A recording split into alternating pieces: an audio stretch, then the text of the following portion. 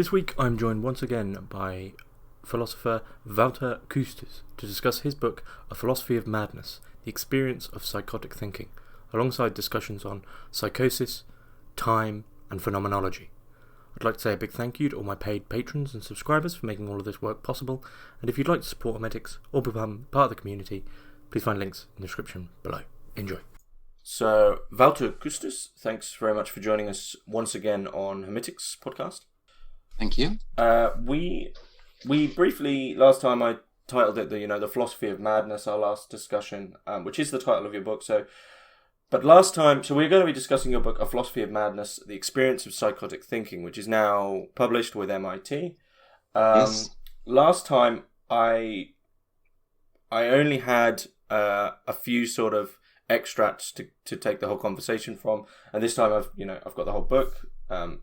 Very kindly Yes. from MIT, and I've read the whole thing, and just to briefly describe it, this is very positively dense philosophical text on what madness is, what psychosis is, what, to a certain extent, neuroticism is, what are these experiences and states that we have in fits of madness, or in, what is the madman, where is he, what's he doing, and it's touching on, it is touching on the metaphysics, it's touching on largely the epistemology, how do we know these mad states, and at the same time it's interspersed with, a historical dialogue, or I should say a histo-philosophical dialogue of a history of madness, but understood philosophically. Yes. And there is so much in here. I can't really do it a service by just briefly explaining it. So, I'll hand that question over to you. It's a tough one for anyone who's written a book, and especially a philosophical one. But what is your book about? Well, thank you very much, James, for this introduction into my book, which gives indeed a perspective on my book. Let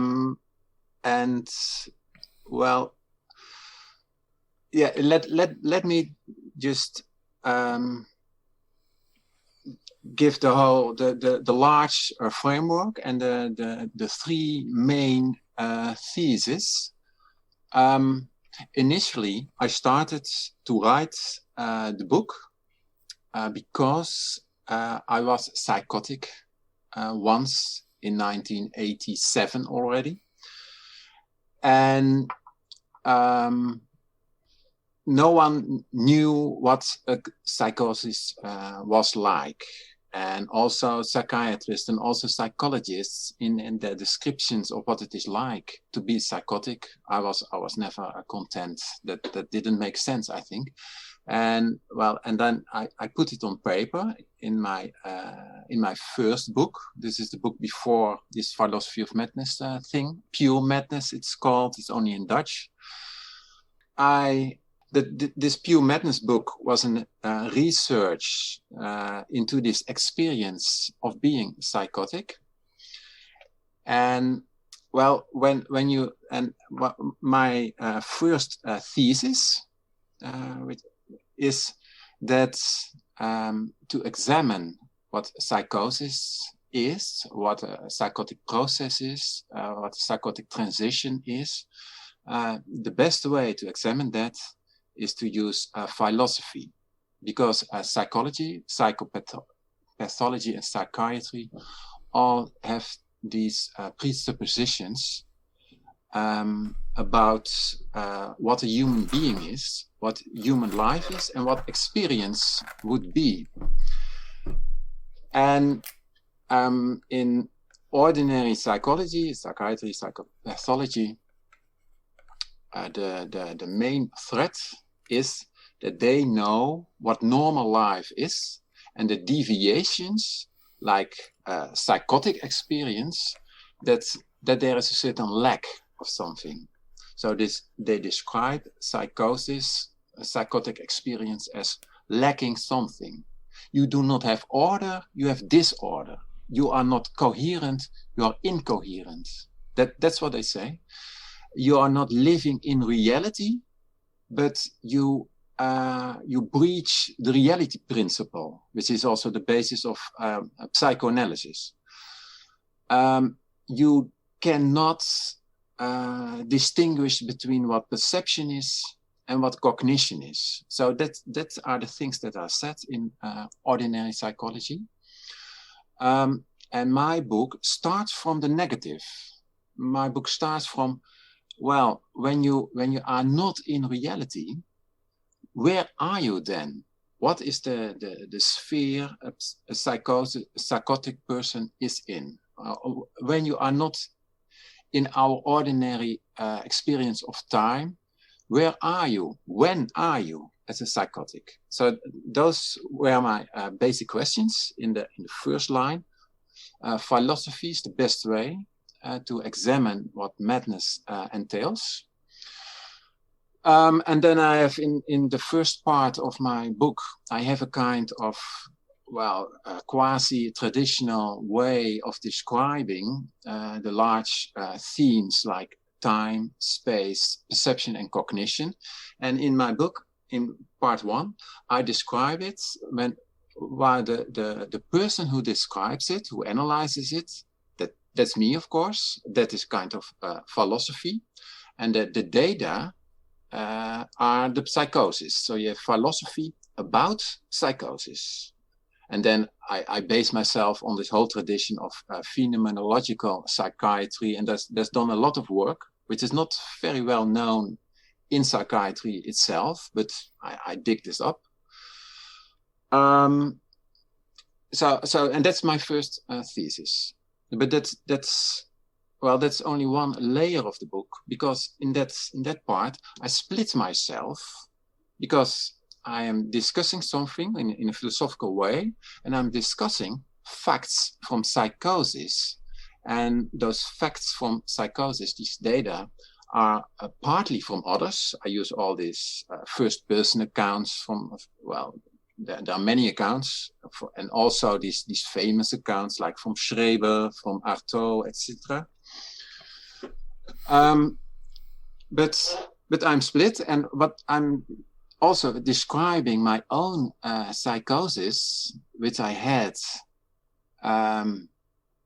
during this very examination, during this analysis, not in 1987, but in 2007. Then I was doing this examination as a philosopher into psychosis.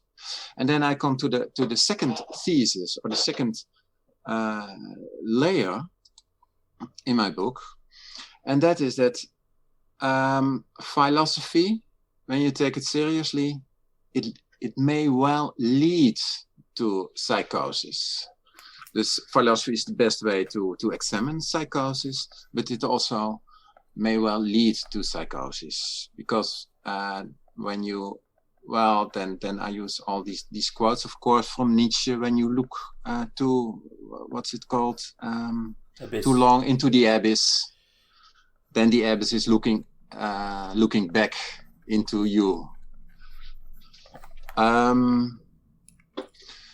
So I have this. That's the second layer, which is, I think, more important in our conversation today. We are discussing philosophy and not how to deal with mental health, I think. And this first layer is more for the mental health section. Well, when this first part starts with philosophy on the one hand and psychosis on the other hand, I'm describing this other hand, these data, from this first level, from philosophy. But this description itself is tending towards psychosis. So in my text, the language of my text is on the one hand the language from philosophy, and I'm using it in a serious way. But by using it and extrapolating it towards the extreme, I also show it is a reflection on madness. But by reflecting on madness and by hyper-reflecting on madness, it is also expressing madness in the end. So, and that is a theme that runs through my whole book, this theme of the paradox. The language which I use to describe madness is the language which is not madness itself, but is tending towards madness. And this tending towards madness, in a sense, is already madness. Well, it can be perhaps also expressed quite succinctly on the cover of the book by MIT. It's better than the Dutch cover, which was empty blank. And that's a spiral. And you have this spiral, and in a way that's a symbol or an object which catches this whole philosophy madness intermingling. The spiral in which you are, you can going into the spiral towards what exactly? You're spiraling inside, and you're going further inside, and you are going somewhere. You're concentrating on something. You are neurotically hyper-reflecting, further focusing on a focal point, a vanishing point, which is the center of the circle. And there is something there, or there is nothing. There's this zero or nothingness.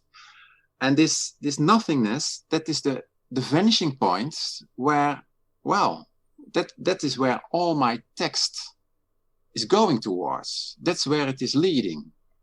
When you approach it from this perspective, the spiral.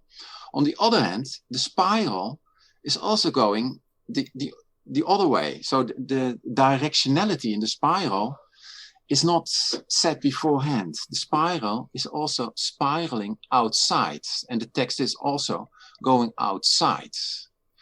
And then the point where everything is leading to is not this zero in the middle, but infinity. The spiraling is going outside. It breaks outside of the circle, and it produces endless texts.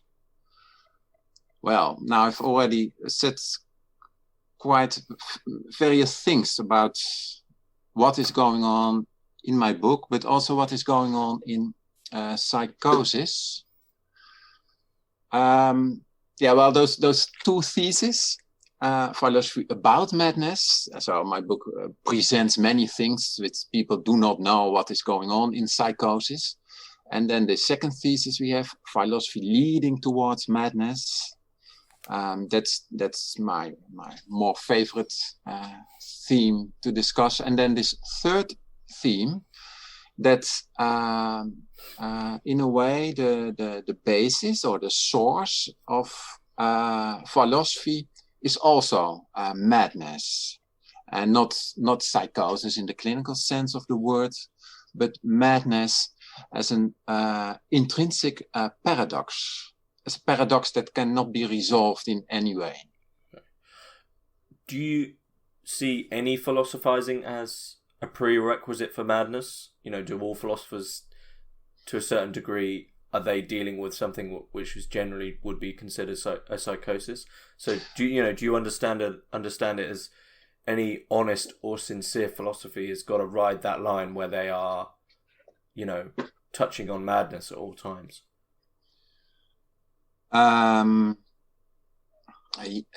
Yes and no. I'm also when you are doing philosophy and you are like this end of the 19th century MacTaggart. I didn't know whether you know him. Well, he's an analytic philosopher. I've heard of him, yeah. Yes, and he has this when we discuss the philosophy of time, this MacTaggart proved that time cannot exist because there are two perspectives on time that we both have to use, but these two perspectives cannot go together. So MacTaggart concluded that time does not exist. There is no such thing as time. But that's an interesting thought. And philosophers can have many thoughts, of course. And they, when philosophers are in their philosophies, they are going somewhere. Their mind is going somewhere, and it makes claims about what what values are, what truth is, what reality is, and they live in their philosophies. And I think when these philosophies have their consequences, they can end up being psychotic. Well, especially when you have philosophies which have ideas in the philosophies that do not that clash with ordinary reality. So ordinary reality is a kind of thing that calls the philosopher back from his thinking. Mm-hmm. Mm-hmm. But so do you think for an experience of madness, there's something that's there that... Is there a choice in terms of whether or not the person who becomes psychotic, who becomes mad, there's something that they sort of need to lean into? So there's sort of the infamous, we've already spoken of infinity, so this is somewhat relevant, but one of the more infamous madness episodes in the history of madness is that of Cantor, of exploring infinity. But apparently it wasn't that he was exploring infinity, it was like a combination of that and something else. But what I mean to say is, in these explorations of infinity, something must have begun in Cantor. And do you think there's an agency there for someone to say, I'm going to lean into this madness and see where it goes? Or do you think madness just draws us in? There is once that spark of madness begins, you have no choice. You're going to become mad. Yeah, well, that's a very interesting question, which I do not have definite answers about. But I do know that, I work with persons who have inclinations towards psychosis and madness. So I know quite a lot of people who have been there, who have come back, etc. And I know that there in many psychoses, also in my own psychosis, there is a certain point of no return.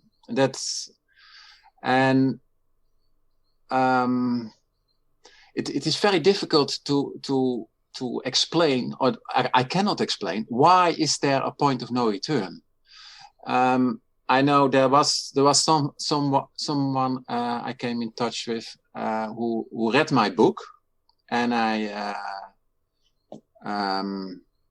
had various conversations with him, and he was reading my book, and he was going into this trip into madness. And he was taking parts from my book, and I discussed with him about these parts of my book, indeed about time, indeed about mysticism, indeed about what's the sense of it all, and what is time, etc. And he was also juggling with all these concepts from Descartes, etc. And I saw him going towards psychosis, and there was no holding back. And I could not stop him. Other people could not stop him, and he ended up in a psychiatric hospital. And the only thing that stopped him was medication. And then he came back to Earth. And I have a comparison with this. Gardner, this philosophy with this child book, A World of Sophie. I don't know whether that's in the English-speaking world a famous book. Sophie's World. Sophie's World. Yeah. Yes. I haven't read it, but I have heard of it. She's taught all the philosophers from Plato through to... Yes, it's a kind of, for children, a philosophy introduction book.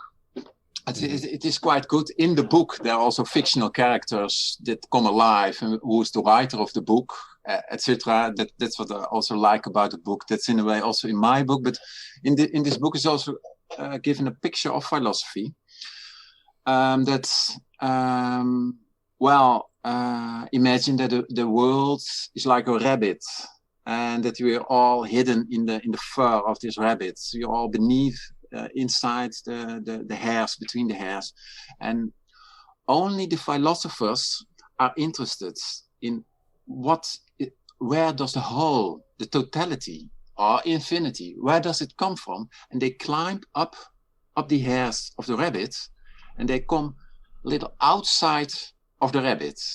And when they look outside of the rabbit, because they're not hidden in fur anymore, on the top of the hair of the rabbit, they may have a vision of the magician who took the rabbit out of the hat. It's a children's book, so it's very funny. But there is a comparison here when we replace the rabbit with an apple tree, and when we see persons, philosophers, they climb into the tree of knowledge, and they climb higher and higher, and they see all these branches of knowledge, and they go into this branch and they go into that branch, because they want to have some fruits of knowledge, of course, and they climb into the branch and further, and they come on the outer reaches of the branches, but they go still further, and there is somewhere a point, at least in psychosis, that they go even further, and that they fall out of the tree, and then they land on the ground, and then they climb up the tree again. And when for the second time they climb up the tree, they know something about the tree, what the persons who did not fall out of the tree don't know. They know something about gravity. They know something about, and it is hard to say what they know. And it's also hard to say why it is that somewhere there is this transition to where you cannot go back anymore, and that's maybe the falling out of the tree, and it is a kind of seduction, because you want to reach higher, you want to reach further. Do you to sort of expand on this metaphor of this tree? So you can also expand it to Plato's cave, of course. Then we've all been outside. You're all inside again. Yeah, I think what's interesting with this, though, is that with the idea of the tree, is that I think it's a bit easier to see that in terms of someone who's, say, not psychotic, what would be deemed normal, they can sort of look at the tree but keep it at bay, right? They don't let it sort of infect them. They don't have to partake. There's, is there something in the psychotic, in the madman, the experience of the madman, which, completely compels them that they have to involve themselves? And this is something that comes forth early on in the book. It's this idea that one of the key differences between, I always put it in quotation marks because I hate the word, but normality and psychosis is that the psychotic, they have a true sort of honest involvement with the ideas. Any ideas for the psychotic become an active part, of their being. Yeah. So, what is it do you think that just, as I said, compels the psychotic to have to, actually become involved with the ideas that they are theorizing on or thinking about? Oh, well,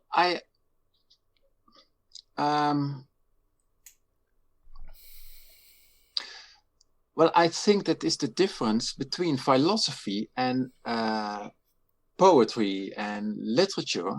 That when you are writing philosophy, when you are doing a philosophical thought, there is some claim that what you are thinking about, that there is a truth in it, that you're trying to reach a certain kind of reality, and that it is not just for fun, that it is not just because you have this academic position and you have to produce 4 articles a year. You are doing philosophy because it is about the relation, about being in the world, and about this initial wonder about that you are in the world, and then you cannot well, that's the stance and the stimulus to do philosophy. For I think that's the only stimulus, and the only real stimulus is that you wonder about everything, that you wonder about that you are, about existence itself, and at the same time that this wondering splits itself between reflecting.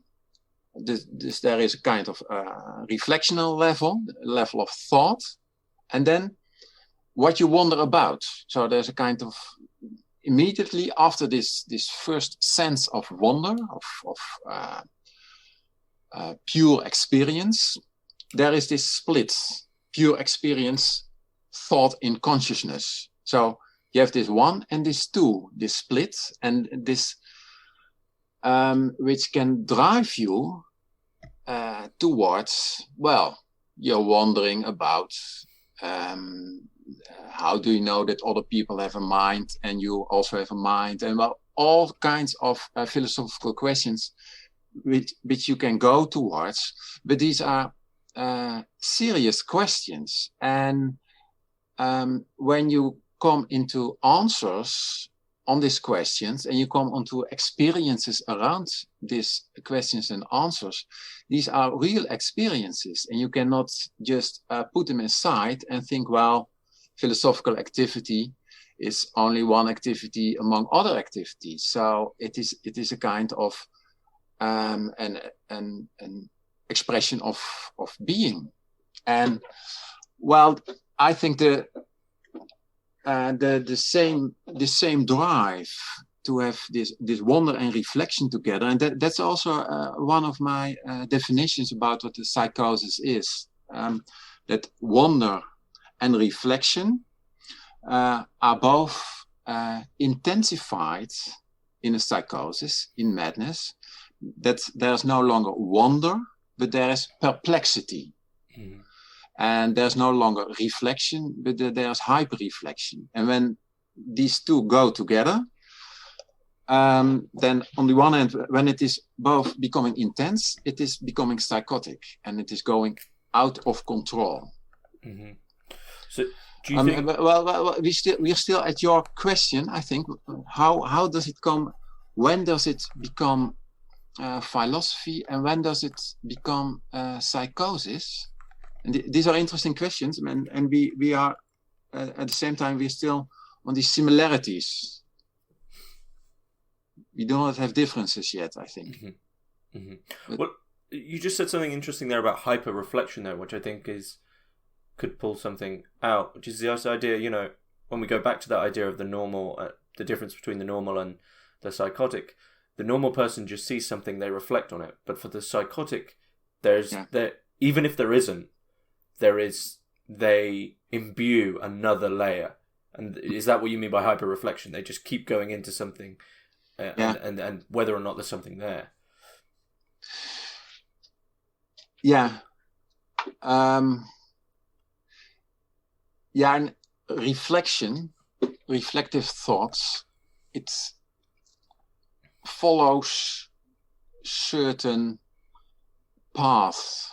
It follows certain paths which have been walked before, and which give prototypical examples that you may follow in your thought.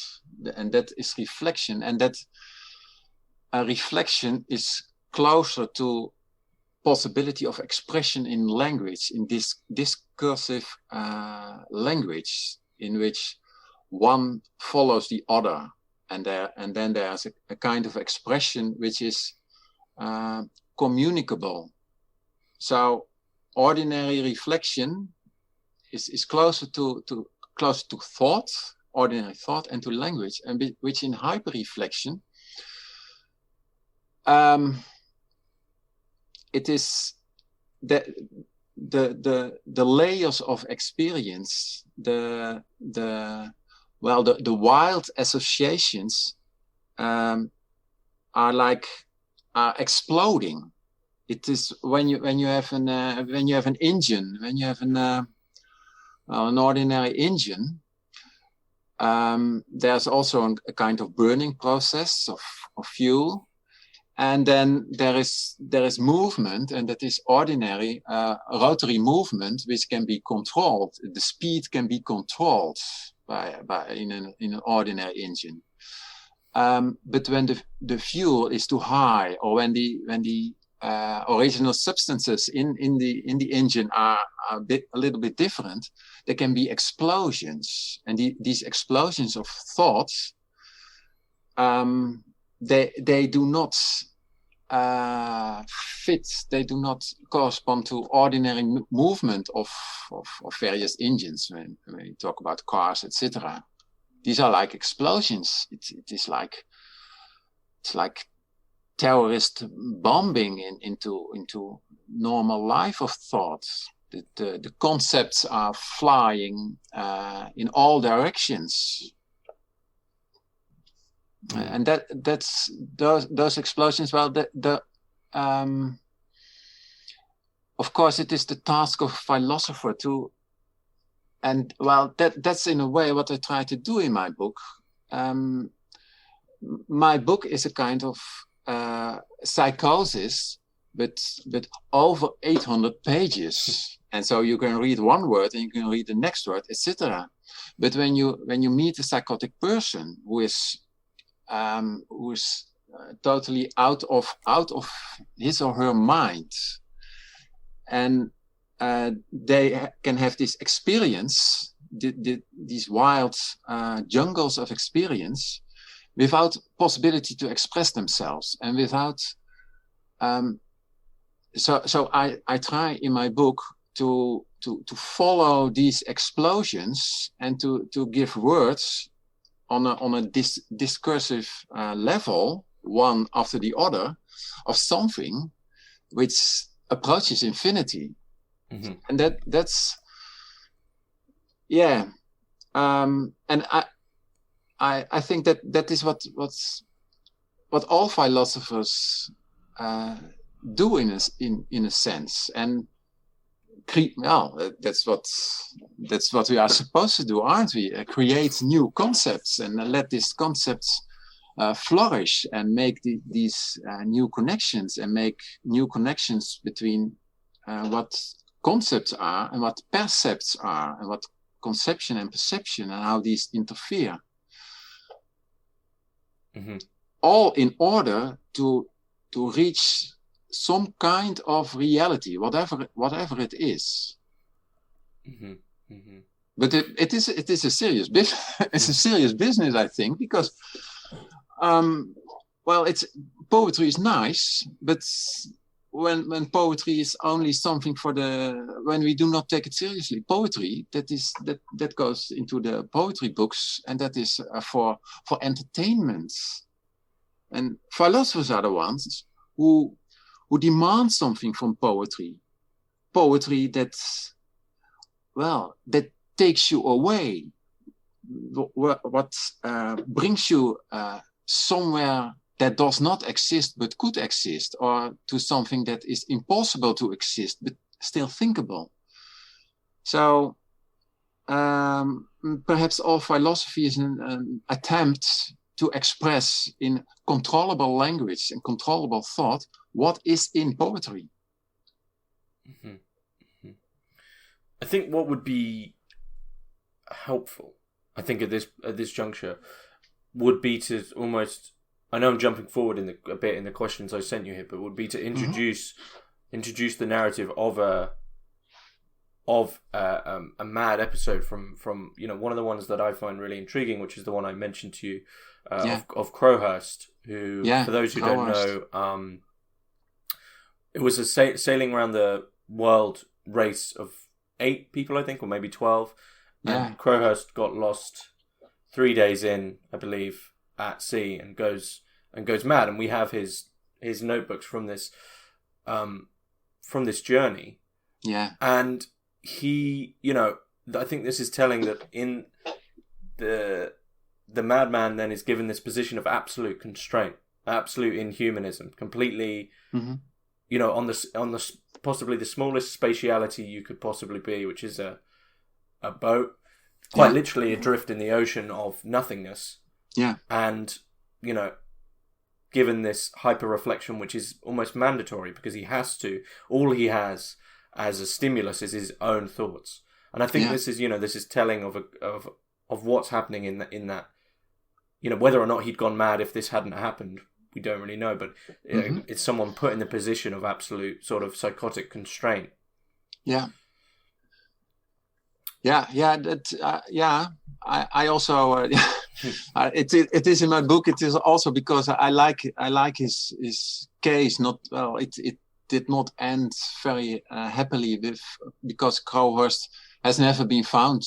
It only his empty sailboat was there, and this notebook of his indeed. And he is I was discussing all this philosophical thought, etc. And in practice, when we are discussing philosophy, we use these names of famous philosophers, and we use these concepts. And in psychosis, not every person who is psychotic has access to all these great philosophers, but they all have access to at least some language with which we have grown up. And Crowhurst, he was an engineer from the UK on these sailways, and I'm not sure whether he had it in his boat, but he was influenced by the thoughts of Einstein. Now, and Einstein is read more, I think, than his popular books than many philosophers. So he was intrigued by this Einstein relativity concept of time, and he was in his writing also trying to find out how he could overcome his situation of being drifting on the sea of nothingness, ending up nowhere. Well, we can take this being on an ocean as a metaphor for life. We are all in a sense, we are all alone, and we are all in this ocean of nothingness, and we know that one day we will not be there anymore. So when we take Crowhurst had this actual situation that he was immediately confronted with this existential situation, that he probably would, because also his engine on his boat, he could not go further anymore. He was, so there was this prospect of not getting alive and not staying alive from this sail trip. And he tried to think himself out of time, to think himself out of this existential situation with help of Einstein. And then he was also, well, like this MacTaggart, well, time does not exist, and there is an infinity of time before myself and infinity of time after myself, and the sum of plus infinity and negative infinity is exactly zero. And from this point zero, everything is in reach. He thought, well, not thought, he was in the center of the spiral of my book. He was exactly in that center. And this phrase, he was in the center of my book, then I say it from the outside. I describe him, me as a person, describe it as he as a person, and on a third person kind of language, that he was at the center. But in fact, we cannot talk about this like that he was in the center, because from his perspective, well, he escaped. He really had found a solution, and I can give a quote, perhaps, because he has somewhere this very funny. Yeah, this is he also we discussed before, this transition from still knowing how it is, and then suddenly psychosis takes you with you. And there's a moment that also Kusters snaps through, and then he says, quote, I quote Kusters, "You will have trouble with some of the things I have to say. Until recently, 3 days ago, I had a lot of trouble with them myself. I was determined to solve the problem if it took me the rest of my life. Half an hour later, I had set up the basic equations and seen the pattern. 3 days later, I understood everything in nature, myself, in all religion, in politics, in atheism, agnosticism, communism, and systems. I had a complete set of answers to the most difficult problems now facing mankind. I had arrived at the cosmos by contemplating the navel of an ape." Well, there he was.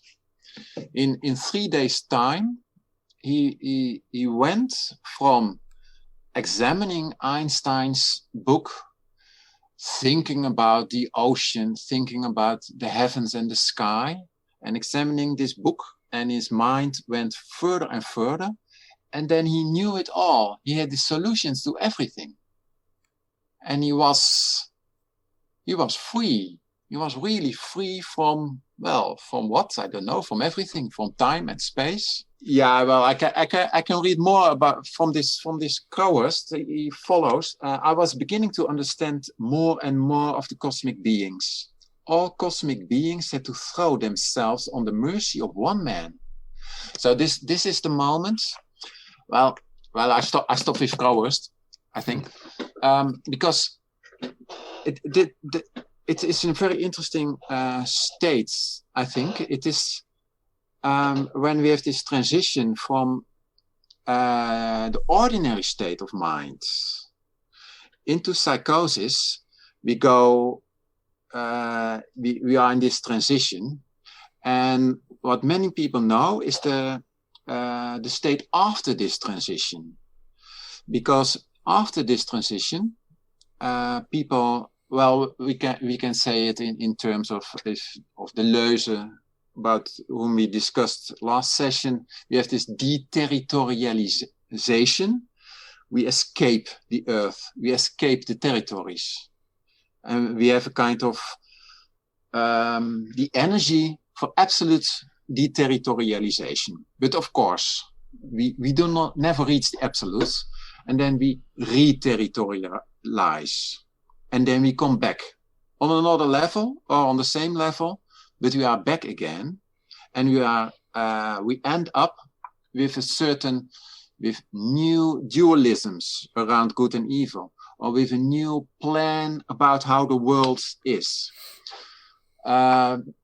Many come back from this trip to infinity, from this Icarian, from Icarus to the sun and back. They end up in all kinds of delusional systems. But between the delusional system after the transition and normalcy, we all know those delusional systems, but between that, there is this transitional moment, and that is a kind of what in shamanism is also described as the opening, as the mystic path towards something in which only the mystic path itself is something which is of value, and which is also, of course, which is the point of no return, the nothingness at the center of the spiral. And well, Kusters has reached that point. But well, what does he do next? He thinks that behind that point, that he can gain this power, and he's seduced by that he can make instruments, that he can make mental technology to remain in that state, And then when he's behind that point, he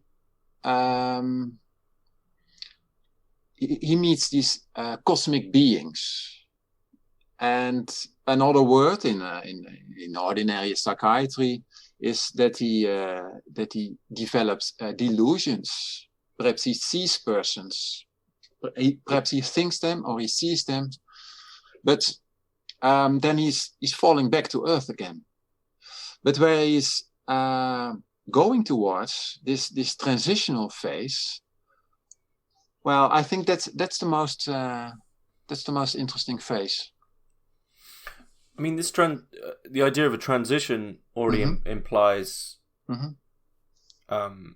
layers or something, borders or something to go beyond. And I mean, this question, of course, interests me. This idea of an inside, of an outside, whether it's in a Kantian sense, whether it's in a Deleuzean sense. But you know, we can talk about that. But also, what's interesting is whether or not the actual very concept of an inside and outside changes during that transition. So what it is you've gone from and into during that transition, what it was when you were there actually changes itself. I mean, do you think that happens? You know, is when the psychotic has this experience and they have this transition, surely what they're looking back upon changes too. So in that transition, they become just completely displaced in space and time. Yeah, I'm not sure whether I completely understand your addition, but indeed, when you have this, when we follow this idea that there is an insight, and that during psychosis are all kind of simulations of psychosis, which can be all kinds of texts. It can be all kinds of mystical or hermetic texts. That there is a kind of transition or a way towards the outside. And suppose that you read these texts or that you experience psychosis and you get a sense, perception, cognition, or whatever, you get a sense of this outside. Well, the persons who think that they can express in words and in images what is in this outside, those are the messianic people who run around with that they know what is on the beyond, on the other side. What you say is when you have a sense of the outside and you come back, that then also your idea about the relation between the inside and the outside is changed. What counts as an inside and what counts as an outside is changed. Yeah. So from what you've learned, I think so. Yeah. So it's sort of the black box problem. Once you learn intuitively what's on that outside, you can't go back to this previous state because you've acquired something which is completely other than the norm. Yes. So you're sort of caught in a bind. I mean, do you think there's a possibility of complete reversion? It doesn't seem so. What is it? Do you think, there's a bit of you're caught in a bind that there's no possibility of ever attending to that original state that you had. So it's sort of a question of, once you've gone to the outside, you can't go back to how you were before because you've learned something, you've understood something, you've intuited something, which you can't explain to anyone else because it's, as you said, it's not of that language. Indeed, but equally, exactly. So then there's the question of, do you sort of stay and perhaps take medication to try get back artificially, or do you push through? Do you just keep pushing to try get to something in this spiral, or is that dangerous? Well, this in the second part of my book, I lean very much on this book by Potval, and he has written this book, which now is in my book, the Seductions of Madness. That many persons who have been there, they come back. And because there was a lot of anxiety, there was a lot of fear, there was a lot of terror, etc., in their whole journey, other people say to them, well, take your medication, so you never have to go there. You never have to dwell in those lonely, terrible states.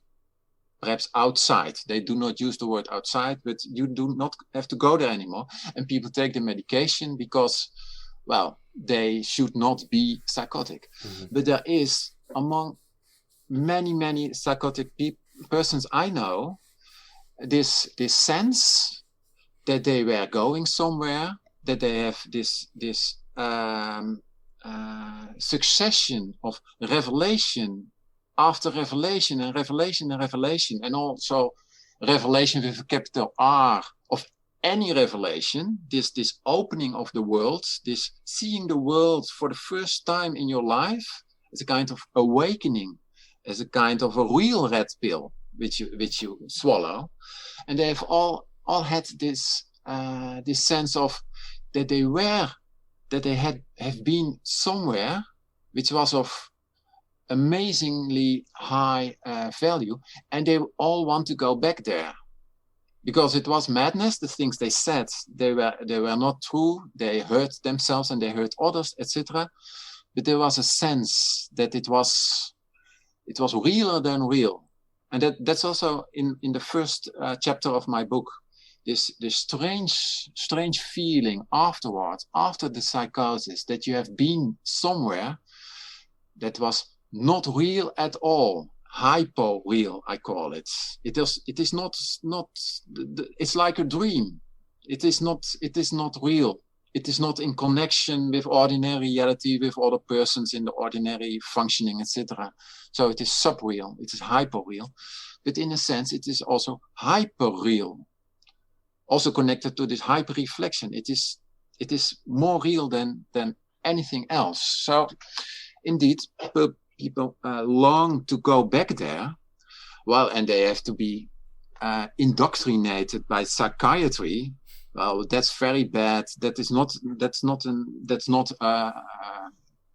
good for you, etc. So they do not go back there. But in the back of their minds, they think, yes, but I know. And what they know, they cannot say. And it is of course not, because that's often a suggestion or a thing that they know together with another people who have been there, and that there's a kind of secret conspiracy, kind of secret society of people who know the illuminated against the others who are not illuminated. And well, this is something that lives, of course. But when it is about knowing and when it is about being illuminated, it is not knowing, of course, in the ordinary sense of the word. It is not knowing that you can express further in propositions or in practical content. And it's not illuminated perhaps. But then we have to take these metaphors of light, and we have to follow what it can mean, this being enlightened or being illuminated, and how it also functions with ordinary enlightenment and with following rationality, etc. What the difference are when someone says I'm enlightened. Mm-hmm. Do you think this gives, we've already mentioned phenomenology, and you have sort of psychiatric phenomenology, but I mean in strictly philosophical terms, do you think this actually opens up the discussion of phenomenology, but frustratingly it's away from one which language can ever attend to? So we can't really describe this phenomenology because any language we use is already within the previous iteration of the world, right? The place we didn't go to. Yes, and yes, indeed, and that's also a kind of shift in my book. In a certain sense, I use quite a lot of this phenomenology, and then I use some quotes from first-person accounts, and I give a kind of phenomenological interpretation of what those first-person accounts mean, and then I expand what we know about possibilities of experience. So what are possible experiences, etc. How do you experience time and space? So that's the phenomenology. But when I think I make also somewhere this comparison, the phenomenologist is on the shore, is on fast, firm ground. And the person who experiences something is in the water, like Cowhurst. That's the person who is drowning.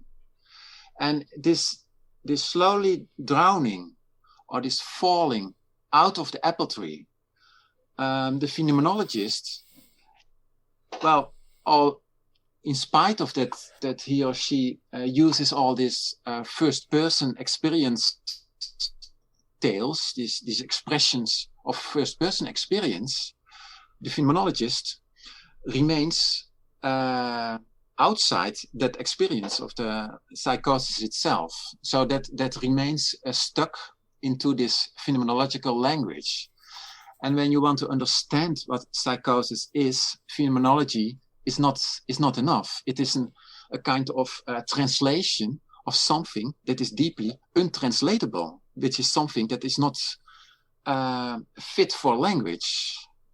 And what in my book, there's this transition from phenomenological language towards mystical language, and to explore what mysticism and what we know about mystical language and what we know about mystical experience, to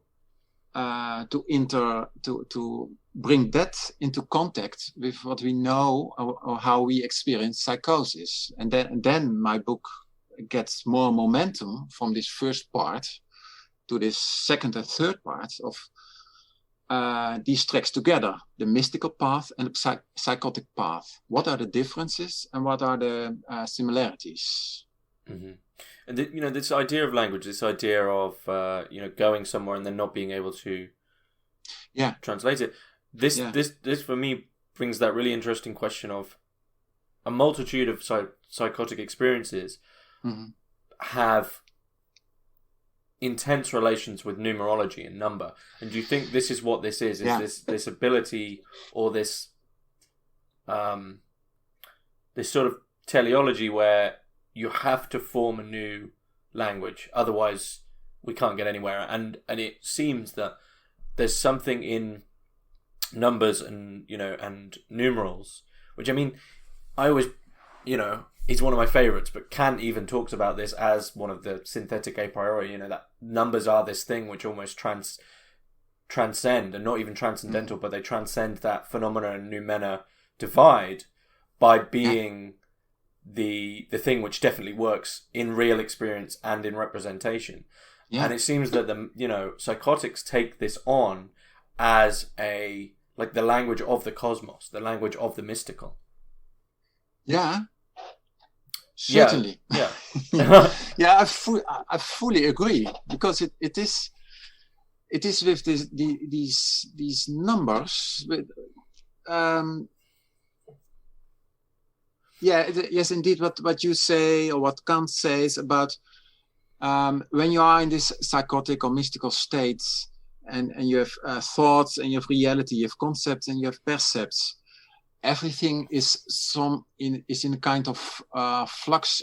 Everything is fluid. The outer worlds, shapes, meanings, identities is all fluid. But what as a skeleton remains, which is and in the outside world and in the inside world, and which is a kind of a vehicle which is between those two worlds, as a kind of third dimension, or as a basic skeleton of all narratives,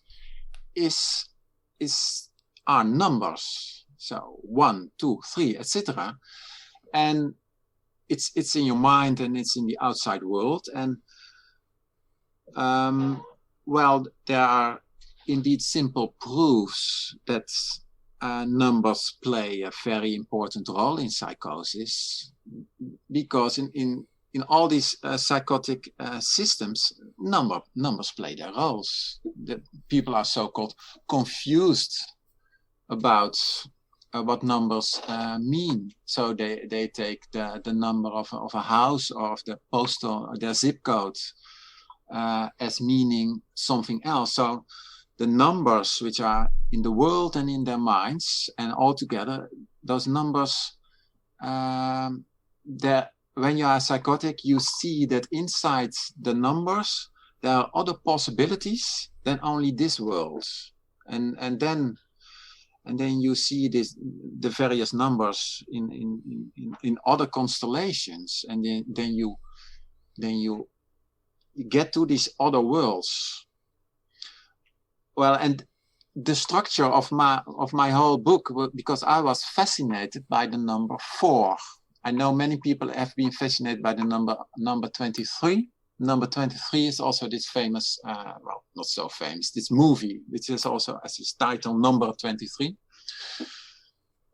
There are other numbers, and indeed there's a kind of link with numerology and with Kabbalistic, etc., which also is of importance of the more fringe philosophy and analyzing. You can see in certain philosophers also a hidden preference for numbers. Well, of course, dialectics, it's all with 3 numbers, and it was Meister Eckhart who said that the number 2 is the number of the devil. You should never have only this number 2. So there's something wrong with dualisms and with binaries, etc.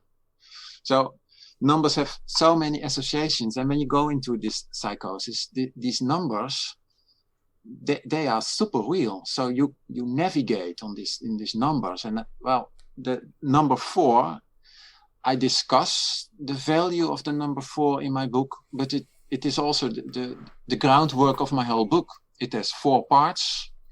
Every part is divided in 4 chapters, and it is a theme in my book, the number 4. Okay. Is that a personal number to you, or did you find something there? No, well, it was. I was at the time of my second psychosis. I have done a PhD in linguistics, and after my PhD in linguistics, I've been working for a while at the academia in linguistics, doing empirical fieldwork, etc. But I always had this psychotic memories to I wanted to work them out, and then I wrote my first book, and I started to study philosophy again, and I was writing a thesis about the experience of time in psychosis. And this thesis, well, just accidentally, I thought it would be a good idea to approach time and the experience of time in psychosis from 4 angles. That's where this number 4 came into, and those were the angles of Husserl, Deleuze, Aristotle, and Plotin. And so, and then you have these 4 conceptions.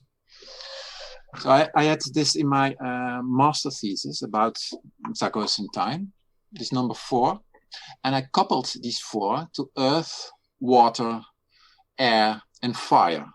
And these are, as metaphors, also form a kind of groundwork of my whole book. So number 4 and these 4 elements. Well, and then my master thesis about philosophy in time, which is also in my book, but a bit distributed over several chapters.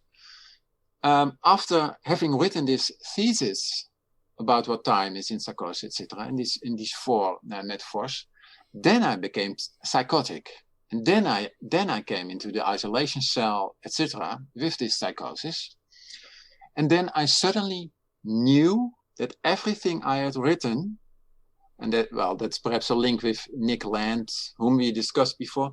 I knew that everything I had written about psychosis was well, it was like straw. It was nothing, because at that moment when I was psychotic, I knew that these 4 angles on time all pointed towards one point in the center of those 4. Mm-hmm. And that was the quintessential element.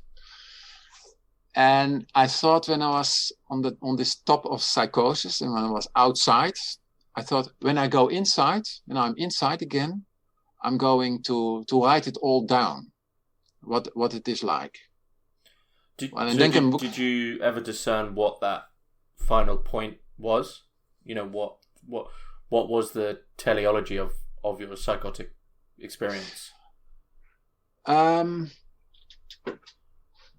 Yeah, well, I would only say that is the heart of the matter, the inside the zero inside the spiral. And when we, well, let me say one thing about this 4.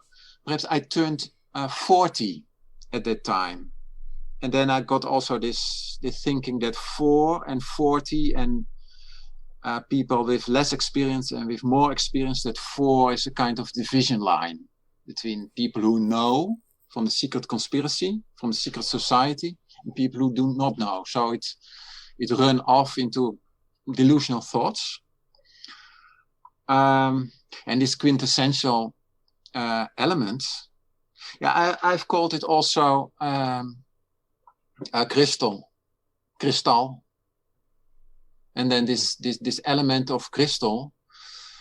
In my book, there are a few symbols or objects that are motifs that are kind of thread that bind the whole together. And the spiral, a symbol and a concept, and also the crystal, also as a name of crystal, she also plays a role. And as a kind of love, or where you want to go, what you're longing at, which is unreachable, etc. And also this, what we have not discussed yet, but this Möbius ring. That's also in English the same name, I think. The Möbius ring. Which is kind of two-dimensional stroke of paper, which is bent in such a way that you can only discuss what it is in a 3-dimensional space. Mm-hmm. And this Möbius ring, which has in fact, that's interesting for this inside-outside discussion, a Möbius ring is made of paper. I don't know whether the listeners know immediately what a Möbius ring is, but when you have a larger stretch of paper, and the ends of it, one end you turn 180 degrees, and you make it stick it to the other end, then you have a Möbius ring. And when you are at one part of the Möbius ring, and you want to get to the other side, or you want to get to the outside, how you reach that outside is just walking the Möbius ring, follow it, and then you come to the other side, and then you are at the other side. And the other side is, then you are at the other side, but then there is still that other side where you are not. So it's always at the other hand or the other side of where you are, and it can be reached. And when you are there, you can use this metaphor for quite a lot of things, and I've used it also. I don't know if we still have time to elaborate on this. Mm-hmm. Yes. Yeah. When we talk about this going outside and going back again, I think that when we think about philosophy and philosophical thought, I think that in science fiction, many more things are explored than in other kinds of literature. And there is this Roger Zelazny with with his book. In English, it is Doorways in the Sand, I think, and he proposes that there would be a machine, so-called Rennius machine. And what this Rennius machine does is mirror things. And when you have, we all know what happens in a mirror. Then what you see in a mirror is the opposite of before the mirror.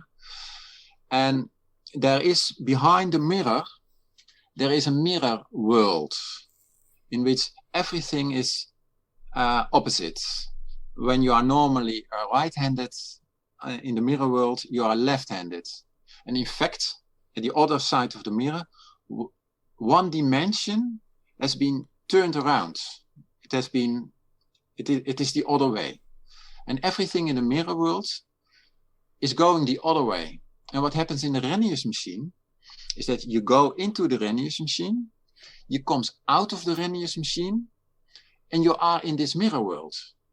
But this mirror world is still the same world as where we are today. The only difference is, well, what's the difference? Roger Zelazny gives there a whole description of in his book. Everything has changed, and everything is still the same. But yeah, everything is wrong, but it is difficult to say what, because you come out of the Rennius machine and you look to your right hand, but you turn your head and it is your left hand, and you look outside, and what you see is the same world, but you are disoriented. You are disoriented in space. Well, this Rennius machine, I've used it also as a metaphor to discuss this inside and outside.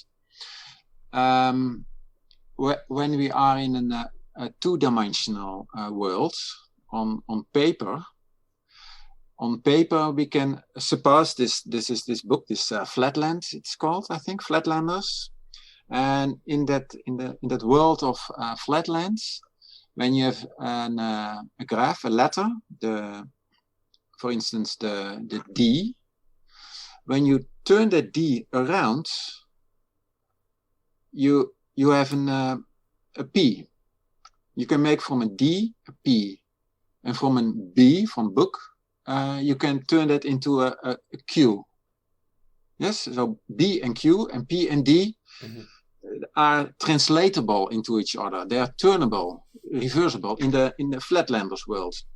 But when you want to make from out of a D a B, that is impossible in Flatlanders.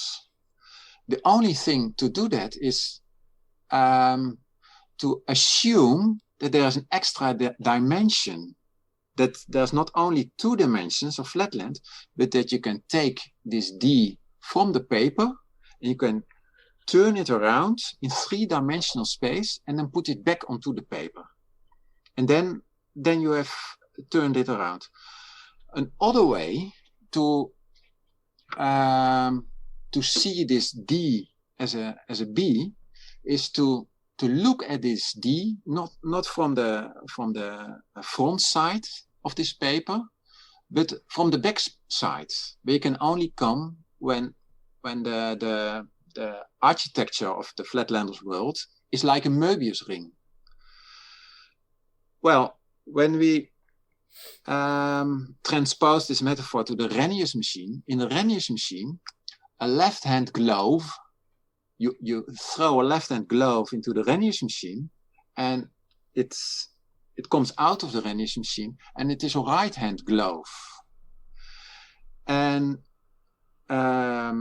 it is still in this world. It was in this world as a left-hand glove.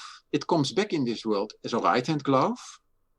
And where was that glove inside the Rennius machine? How did it turn around? It can only be turned around when it was somehow outside this world, outside our space and outside our time. And when we see the madman before the transition, as in the normal world, and when we see the madman after his transition, as in also in the normal world, but confused in this delusional system in which everything is turned around, then somewhere between in this transition is done in the outside. Mm-hmm. Well, that's a metaphor. That's the Rennius machine with which you can do things to explore what space is, and what time is, and how we can, what you can say about these things. We still do not know anything about this outside, because even say that the dimensionality of space is changeable in a way. Well, how then? And especially with time, when we say that, when we assume that time, when we go with Kant, that time has something to do with counting, and that we only know about time because we can count. Can you turn time around, or can you get outside of time by doing something with this counting, by seeing that all numbers are only number 0, or that they explode to infinity? Does there happen something with time? Perhaps, I don't know. Does that do something to experience of time, the concept of time, or an absolute notion of time? Well, those are questions. I don't know answers. Psychotic persons have many answers to these questions. This is what I was going to ask, because obviously the psychotic can't really trust the signs and symbols of the world. You know, the thing the outside they intuited, they can't explain in language. So we are left with all these intuitions and experiences which are written but are not exact. You know, do you think after a philosophy of madness there can actually be any answers, clarifiable answers from this, or do we have to sort of develop some new means of understanding to actually understand these altogether? Can there be any answers to the experience of the psychotic, I guess, is the big question. Do you mean that after a philosophy of madness we can express psychosis? Or we can express it, but you know, in what sense can we understand there to be any truth in these claims if they can't be explained in the language of the inside? Yes, I think that those truths are kind of horizon that is with all kinds of truths, kind of horizons which we cannot really, which we do have or not have. They are only, they give perspectives, I think, not answers, or they give directions, or they give food for thought, or they give new energy for other, well, let me not say other dimensions, but other kinds of discourse. So that's, you know, the experience of the psychotic is an expansion of a questioning of what we supposedly already know. You know, the idea of these firm grounds that the phenomenologist has, etc. The experience, we should really utilize the experiences of psychotics and madness to expand this law. Yes. Okay. So, you know, getting on a little bit here, is there anything that you would like to say about the book that we haven't? I mean, one thing I will say, I mean, I say this with most interviews, but especially with this book, we haven't even scratched we haven't even touched the surface here of what is in it. So I think for anyone who's enjoyed these conversations that I've had with Wouter, really get this book, because there is, as Wouter said, you know, 800-page text which explores every sort of intricacy of madness you would like to know. But if there is something you would like to add that you feel is particular that you'd like to add, then please do. Um, no, I think we've discussed very what for me myself are important points. Namely, well, we can put the stress on a philosophy of madness. My preferable stress is on philosophy, a philosophy of madness. And that's what I very much enjoyed discussing with you, the philosophy of madness. And I could add many things, but that's for other kinds of interviews, a philosophy of madness.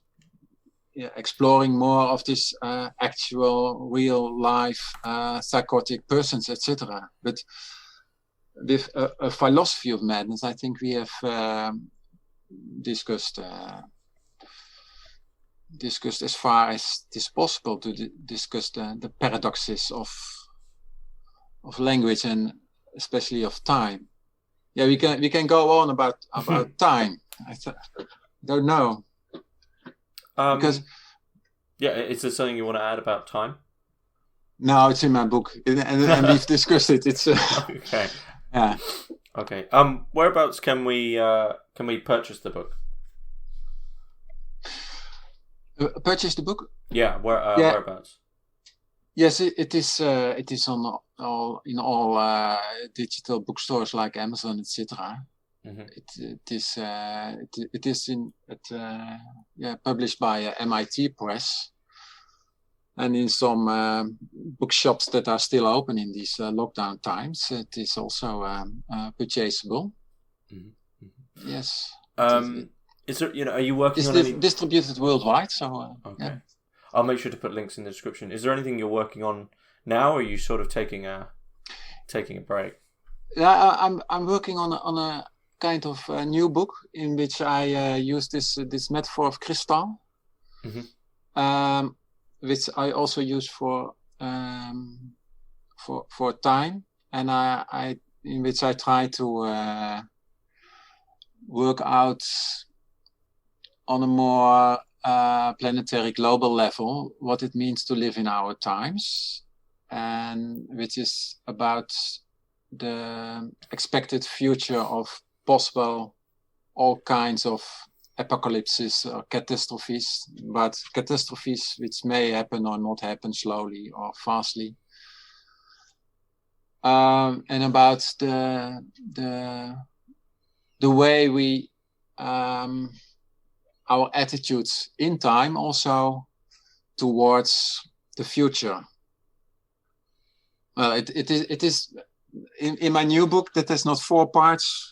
You can also cut this from the interviewer, but it is my new book has not 4 parts but only 3 parts, and the first of the 3 parts is a phenomenology, mm-hmm. of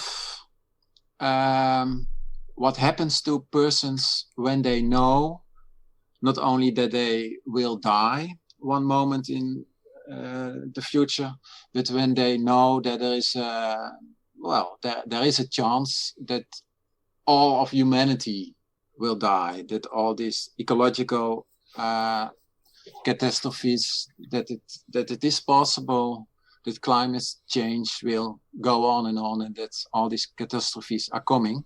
What's the phenomenology? And then I discuss anxiety, I discuss depression, and I discuss not the post-traumatic stress disorder, but the pre-traumatic stress disorder, the trauma of events which are coming, not the events which have happened, and how these traumas of war in the past interfere with traumas of possible turmoil in the future. And this phenomenology part I have finished, and now I'm trying to develop with this metaphor of crystal a way of being in time. Yeah, but that's not finished yet. Okay, how long till that's out, or is that just have you just begun that? No, I've nearly finished it. I hope that wow. it will be published at the end of this year in Dutch. It is in Dutch. Ah, okay. Yeah. Any possibility of a translation? Yes, if when you know a publisher, I have a Dutch publisher, and of course he has contacts with English publishers. But yes, I would love to have it translated. And it is this a philosophy of madness. It is fed by much phenomenology, much on a kind of more individual level of psychosis. And in my new book, it is more about the past and the future of mankind and all this. It is on another level. It's not about individual psychotic journeys, but it is on the it's also about technology, etc., and about what is it to be human or to be non-human, and Okay. But we'll see where that leads. What are you working on? I'll just finish up the interview before. Okay. So Wouter Kusters, thanks very much. Thank you.